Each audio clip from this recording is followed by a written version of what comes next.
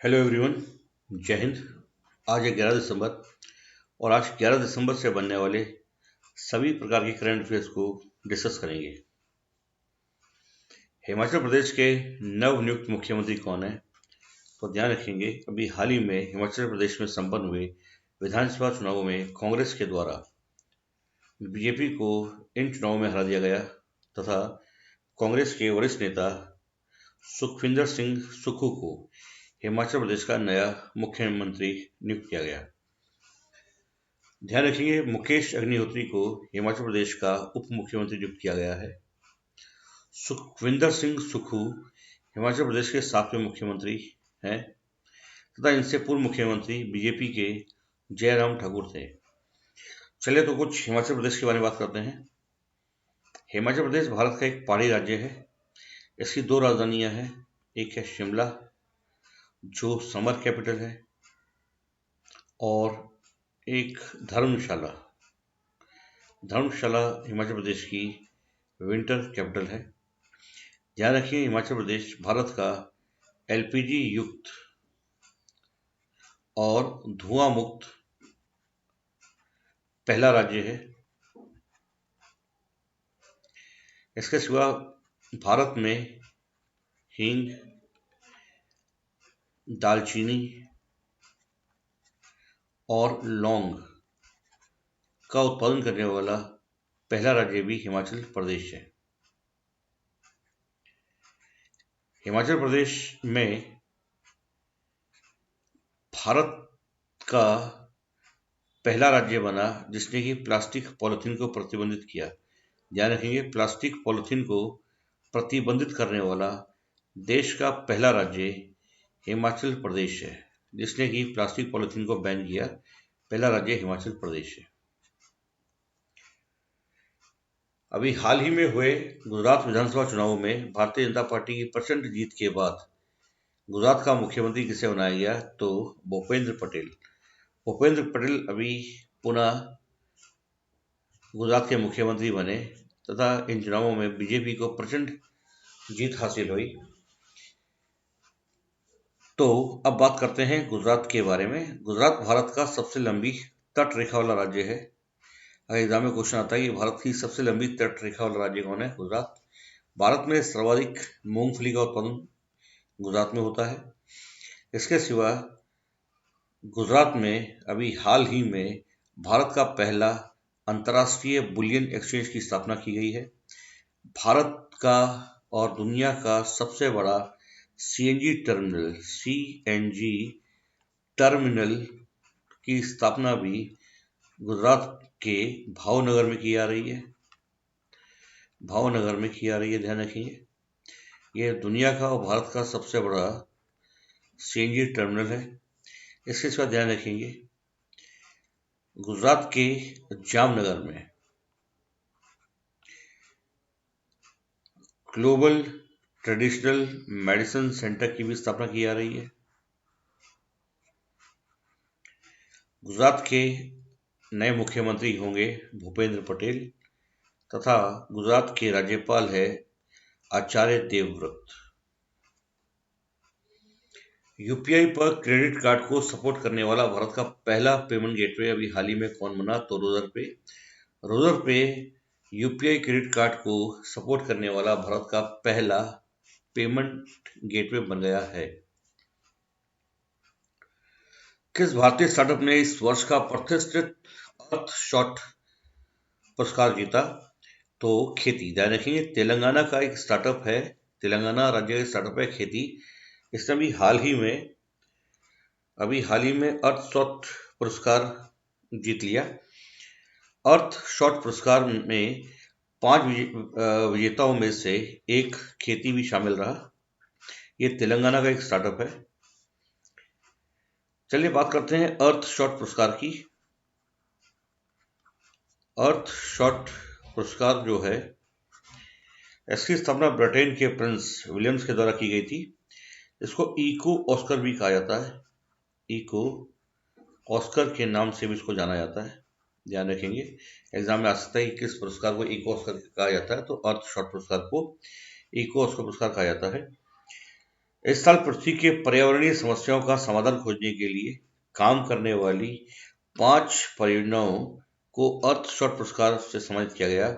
उनमें से एक भारत का स्टार्टअप खेती भी शामिल है। पासपोर्ट इंडेक्स 2022 में भारत को कौन सा स्थान दिया गया है? तो ध्यान रखेंगे, भारत को 87वां स्थान दिया गया है। आर्टन कैपिटल के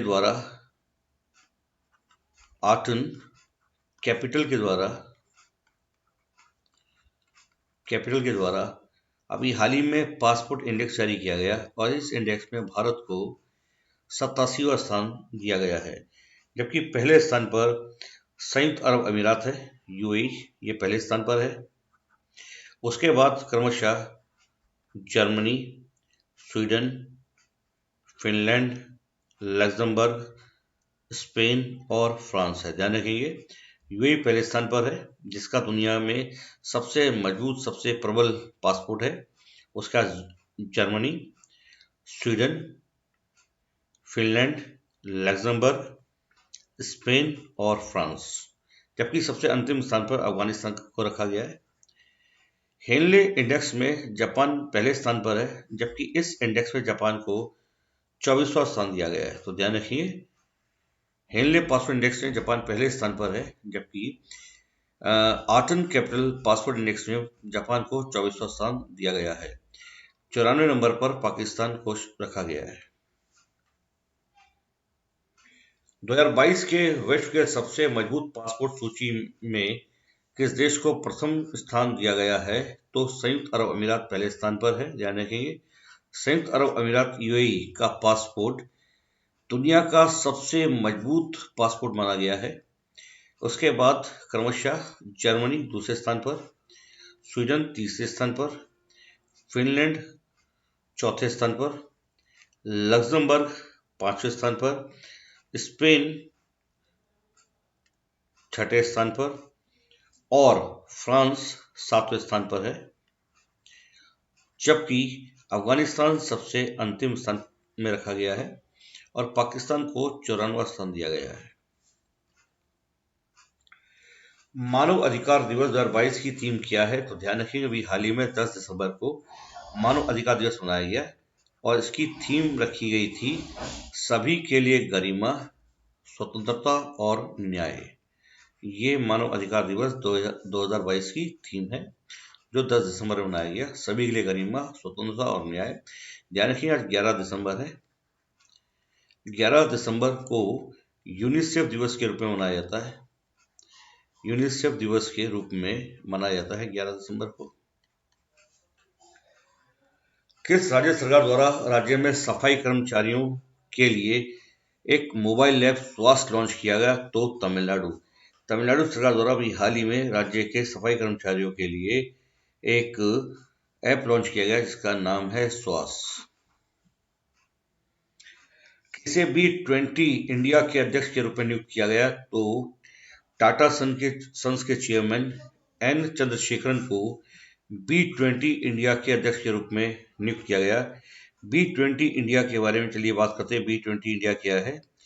तो B20 इंडिया पूरे G20 कारोबारी समुदाय का प्रतिनिधित्व करने वाली भारत की एक संस्था है,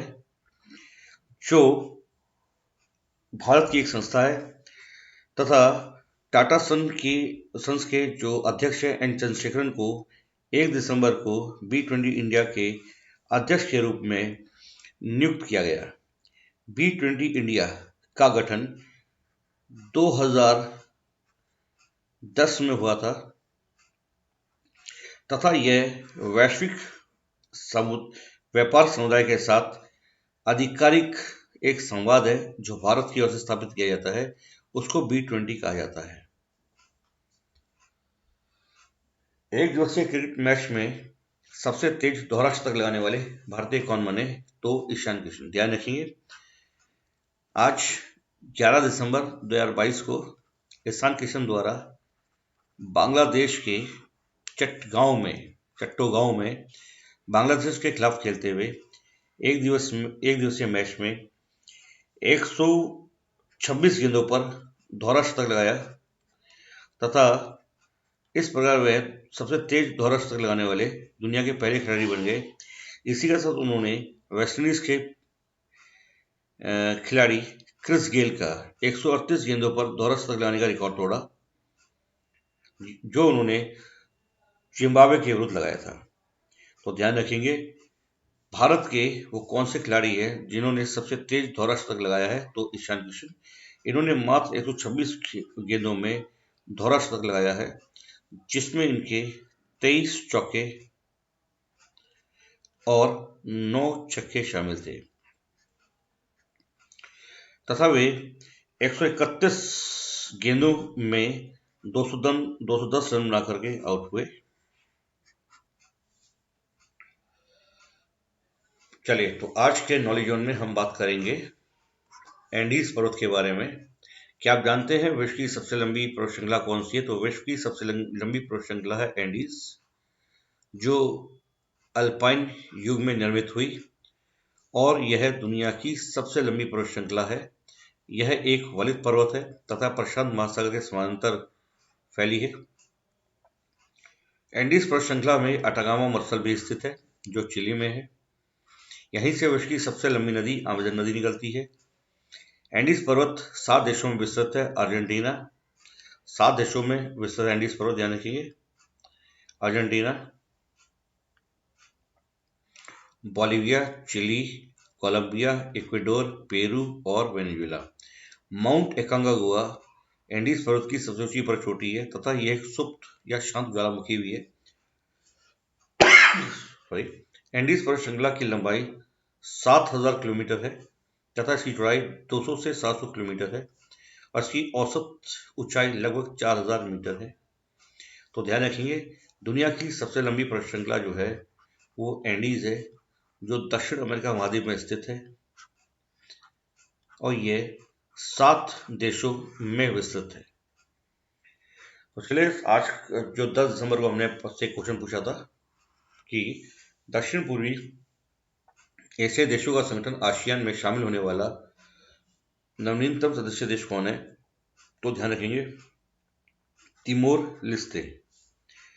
तिमोर लेस्ते अभी हाल ही में ही दक्षिण पूर्वी एशियाई देशों के संगठन आसियान ASEAN आसियान में शामिल होने वाला नवनीतम देश है तिमोर लेस्ते, जिसका पहले नाम पूर्वी तिमोर था और यह इंडोनेशिया से स्वतंत्र हुआ।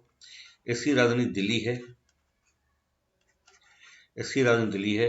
ये आसियान का 11वां सदस्य देश है। ध्यान रखिए आसियान में अब पहले 10 सदस्य देश थे, अब 11 देश हुए हैं।